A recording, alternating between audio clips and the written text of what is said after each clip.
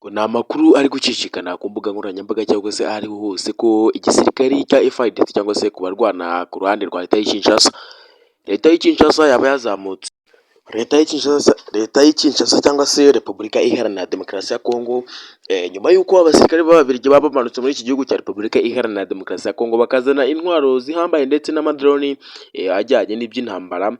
Ese iki gihugu cya Repubulika Iharanira Demokarasi ya Kongo cyaba cyazamutse noneho mu gihugu cy'Ububiligi, by'umwihariko nacyo kiba cyagiye kugurayo indege z'intambara ndetse n'amadrone agomba kwifashishwa. Ubwo drone nageze ubwo ni kuri za ndege zitagira abapilote, nyine umuntu akoresha yibereye aho ngaho, atari za ndege umuntu bisaba ngo agendane n'abapilote.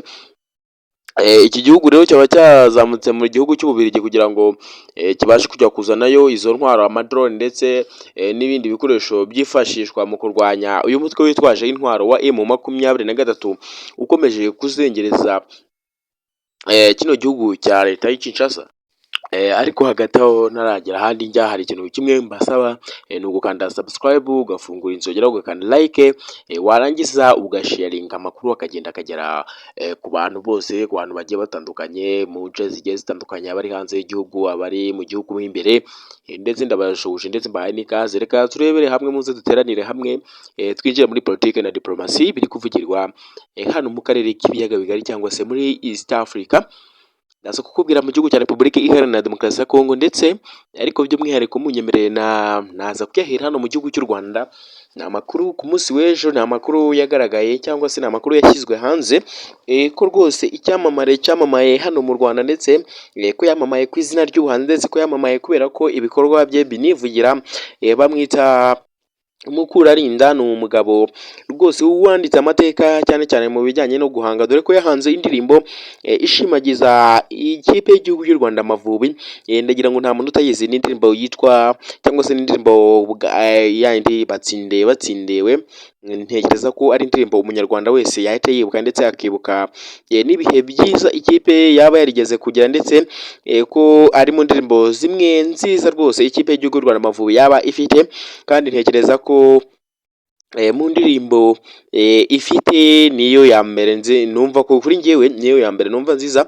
Uyu mugabo rero wamaze kuba yasohora indirimbo, yamaze ku munsi w'ejo yamaze kuba yitaba Imana, dore ko yari arwaye indwara ijyanye no gutekereza cyane, nyine navuga ko ari gutekereza cyangwa se indwara y'umutima, dore ko rwose yamaze kuba yitaba Imana, dore ko uyu mugabo ntawe ukiriho. Navuga ko ari inkuru ibabaje cyane, dore ko rwose uburwayi bwe bitigeze bumenyekanwa cyane cyangwa se bumenyekanishwe, cyangwa se ngo abantu benshi babanze bamenye ko uyu mugabo arwaye. By'umwihariko ni indwara itagipfa kugaragara, ndetse n'indwara abantu batari bazi, ndetse byatunguye abantu benshi kubona uyu mugabo yaba yageze hasi. Mu by'ukuri nderekeza muri Repubulika Iharanira Demokarasi ya Kongo, nkubwire ko rwose iki gihugu cya Repubulika Iharanira Demokarasi ya Kongo cyafashe rutema ikirere nyuma y'uko bano basirikare b'Ababiligi baje muri Repubulika Iharanira Demokarasi ya Kongo, ndetse igihugu cy'Ububiligi cyabajijwe yuko nta basirikare cyaba cyarohereje muri Repubulika Iharanira Demokarasi ya Kongo,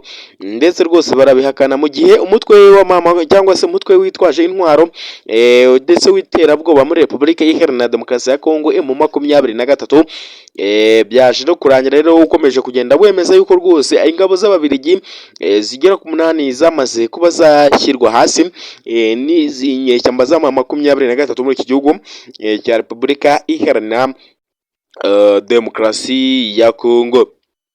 Iki gihugu cya Repubulika Iharanira Demokarasi ya Kongo biri kuvuga yuko rero cyaba kinje mu gihugu cy'Ububiligi kujya gufata intwaro zihambaye, by'umwihariko drone z'intambara, kuko ngo batinya kujya ku rugamba cyane bikomeye, dore ko ngo rwose bazajya bazikoresha bibereye aho bari cyangwa se bibereye mu rugo. Ndetse n'igihugu cyangwa se ni umutwe witwaje intwaro muri Repubulika Iharanira Demokarasi ya Kongo uzwiho guhanura indege z'intambara ndetse n'amadroni, no kugenda bigarurira uduce tumwe na tumwe tugiye dutandukanye tw'iki gihugu cya Repubulika Iharanira Demokarasi ya Kongo. Ndetse n'ingabo zagaye cyangwa se ni inyeshyamba zagaragaye by'umwihariko zisohoka muri Warikare mu by'ukuri, ariko ndetse ku ruhande cyangwa se ku barwana ku ruhande rwa leta y'i Kinshasa bamaze kuva bavuga cyangwa se kugira ibyo batangaza, mu gihe bari bamaze kugera muri kano gace ka Walikale bamaze kuba bakisubiza, bavuze yuko rwose bafite imbaraga ndetse nyuma yuko Antoine Felix Tshisekedi Tshilombo yabongereye umushahara ndetse akabizeza ko imiryango yabo igiye kubaho neza ndetse bagatengamazwa ndetse rwose ko babahembye n'amafaranga yose bari babarimo. Ibi rero ngo byabahaye motivation ikomeye ngo dore ngo ngari nabyo byatumye bigarurira kano gace ka Walikale ngo n'utundi duce tugiye dutandukanye.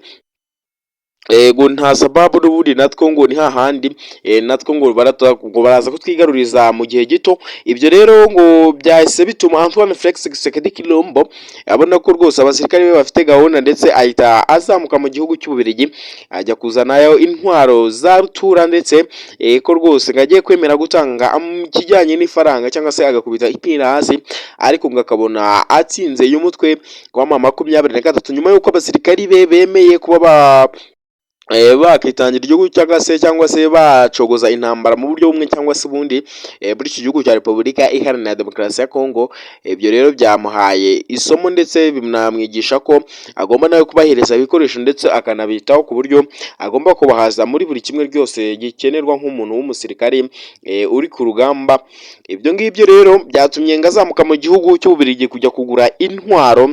Biri kuvuga yuko rwose igihugu cya Repubulika Iharanira Demokarasi ya Kongo cyamaze kuba cyasesekara hano hariya mu Bubiligi kugira ngo kibashe kuba cyatoranya intwaro zo kurwanya by'umwihariko umutwe wa M23. Ariko nyuma y'uko izi ngabo zifotoreje muri kano gace zimaze kubwira ayo magambo Antoine Felix Tshisekedi, bikaza no kumuha icyizere cyo kuba yajya kubazanira ibikoresho mu gihugu cy'Ububiligi. Navuga ko izi nyeshyamba za M23 ubwazo zavuze yuko arizo zasohotse muri kano gace zibishaka, ngo dore ko rwose ngo izi ngabo ngo zigomba kuryamira amajanja ndetse zikaba maso, kuko ngo isaha n'isaha umutwe wa M23 ushobora kuza kwisubiza ibyawo, dore ko ngo ari wo waharekuye ubishaka ndetse mu buryo bwo kugira ngo hashyirwemo agahinge ndetse n'abaturage babanze banahumeke, dore ko inzirakarengane muri Repubulika Iharanira Demokarasi ya Kongo bo bakomeje gupfa ari benshi. Ariko ntarajya kure cyangwa se ngo ngende, ndakubwira ngo wakoze cyane kubana natwe mu makuru y'ingenzi agiye agezweho kuri imiyoboro, ariko ndakwibutsa ko nimba ari ubwa mbere ugeze kuri uyu muyoboro ugomba gukanda subscribe cyangwa se icyo bita s'abonner mu rurimi rw'igifaransa, kugira ngo amakuru n'ibiganiro byacu dushyiraho video ujye uhita wakira notification.